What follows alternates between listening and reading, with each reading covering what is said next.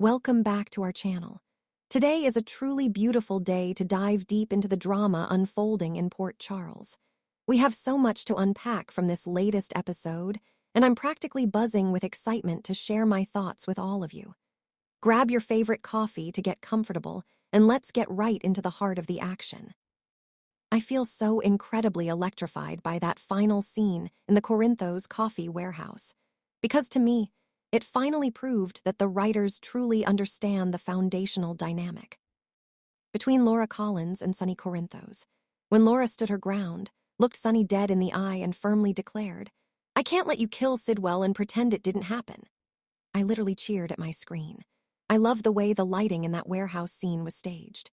The heavy, oppressive shadows clinging to the coffee crates perfectly mirrored the dark, lethal path Sonny wants to take, while Laura stood in a sliver of harsh overhead light representing the unyielding moral authority of the law.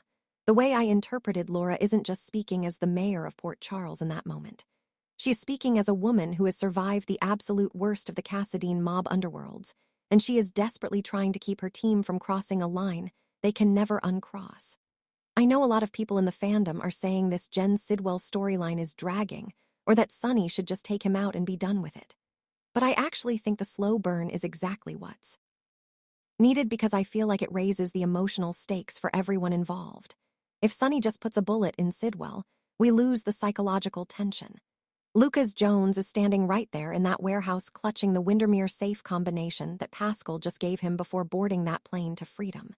I feel like this is the best they've written Lucas in years, because he is finally getting to actively participate in the pursuit of justice for Marco Rios. Lucas doesn't just want a mob hit. He wants Sidwell exposed. He wants the blackmail photos retrieved. He wants the world to know what this monster did. I genuinely believe that having Lucas and Laura team up to act as the moral brakes on Sonny's lethal instincts is a brilliant narrative choice. It creates a beautiful tense friction within their alliance. Sonny tasked the pilot with keeping Pascal in the air until they have what they want, which shows his ruthless pragmatism. But Laura's protection reminds us that they are supposed to be the good guys here.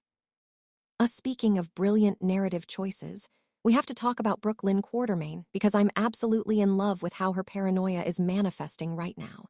The writer's choice to have Brooklyn enlist Lucy Coe as her secret ally is, in my opinion, an absolute stroke of comedic and dramatic genius. When Brooklyn pulled Lucy aside and desperately whispered, "Someone is after my husband and I need your help," I felt such a profound wave of empathy for her. I think it makes perfect sense that Lynn would avoid going to her grandmother Tracy with this. We all saw Tracy explode at the boathouse, immediately jumping to the worst conclusions and threatening Chase with lawyers. Tracy is a bull in a china shop, and Brooklyn knows that if she unleashes Tracy, her marriage might become collateral damage. But Lucy is sneaky, she is observant, and she knows exactly how to navigate the messy waters of infidelity and temptation. I feel like Brooklyn is incredibly vulnerable right now, and relying on Lucy to be her eyes and ears to watch Willow and Chase without being obvious is the exact kind of messy, desperate soap opera scheming that I live for. And let us talk about Willow Kane, because the way I see it, the current iteration of Willow is the most fascinating she has ever been. I know the fandom is up in arms complaining that the writers have ruined Willow by making her a hypocrite, but I strongly disagree. I think her current delusion is a master class in psychological storytelling. When Willow squealed, "Chase is this amazing," and threw herself into his smiling arms, I physically cringed, but in the best possible way. The sheer audacity of her excitement. She is completely fixated on her ex-husband, utterly blind to the boundaries of his marriage to Brooklyn. And worst of all, she's doing all of this while secretly keeping her current husband, Drew Kane, locked in a paralyzed state. I feel like the writers are intentionally leaning into Willow's dark side. Showing us a woman who has justified her own horrific actions so deeply that she genuinely believes she is just a supportive friend to Chase. When Chase smiled and caught her in that hug, I felt a deep pang of sorrow for him. Chase is a good man, and I believe he genuinely views this as a pure moment of celebration. But what exactly is the good news? I am on the edge of my seat trying to figure out if Alexis Davis has finally finalized baby Phoebe's adoption papers. or if Chase has actually decided to accept Willow's highly manipulative job offer to work as her chief of staff in Washington, D.C. If it's a job offer, I will be screaming at my television, because he promised Brooklyn it would be a mutual decision.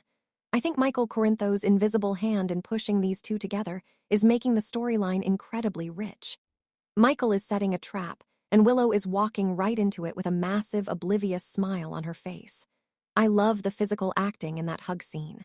Willow held on just a second too long. Her eyes closed in a way that screamed romantic longing, while Chase just looked happy and relieved. It is a slow-motion car crash, and I cannot look away. This brings me to the incredible dynamic between Nina Reeves and Liesl Obrecht. I genuinely think we're missing the point if we don't appreciate the deep historical irony of Nina worrying about someone else's romantic obsession. When Nina confided in Liesl expressing her deep fear that Willow is setting herself up for massive heartbreak, I felt the raw maternal desperation in her voice. Nina is a lot of things, but she is not stupid. She can see the way Willow looks at Chase. She knows that this is not just the interest of a good friend. I think it is so poignant that Nina, who has made so many catastrophic mistakes in the name of love, is now forced to watch her daughter walk down the exact same destructive path. But the absolute highlight of that interaction was Liesl's response. I feel like Liesl is functioning as the voice of the audience right now. When Liesl warned Nina to stay out of the situation, and that Willow find out for herself that going after a married man is a terrible decision, I was nodding along in total agreement. Liesl knows that Nina's interference always backfires. I think the writers are doing a phenomenal job of showcasing the growth in Liesl. She is pragmatic. She is sharp, and she understands that some lessons have to be learned through pain. I believe that if Nina tries to forcefully intervene, Willow's stubbornness will just cause her to double down on her fixation with Chase. The history between Nina and Willow is so fraught with tension and broken trust, and I love that the show is using this Chase situation to test the fragile mother-daughter bond. I feel so anxious for Nina because she is watching a train wreck happen in real time, and her own aunt is telling her to just let it crash. Now, let us pivot to the high-stakes tension happening in the art world, because the confrontation between Ethan Lovett and Ava Jerome gave me absolute chills. When Ethan cornered Ava and made his demand, the air in the room was thick with history and hostility. Ava just looked at him with that signature ice-cold smirk and said, "You want me to keep my mouth shut?"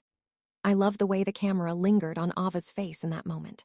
Ava Jerome is the undisputed queen of leverage in Port Charles, and handing her a secret. This explosive that Ethan is the biological father of baby Phoebe, and that he was tied to the late Delilah Wilson, is like handing a loaded gun to an arsonist.